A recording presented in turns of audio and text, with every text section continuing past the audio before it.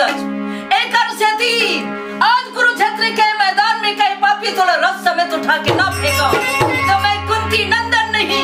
आओ ये कह के जब भीम आगे बढ़े हमें अच्छा तब जयद्रथ था रागी जयद्रथ भी रहते हैं बड़े आनंद होकर के आइए भीम आइए और ठोके ताल। जयद्रथ के रथ आगे बढ़े हमें भैया त्रिकोदर भीम रहते जयद्रथ के और आगे लड़े के खातिर अपन दोनों हाथ में दुहात का कदम उठा करके और जयद्रथ पर दौड़े।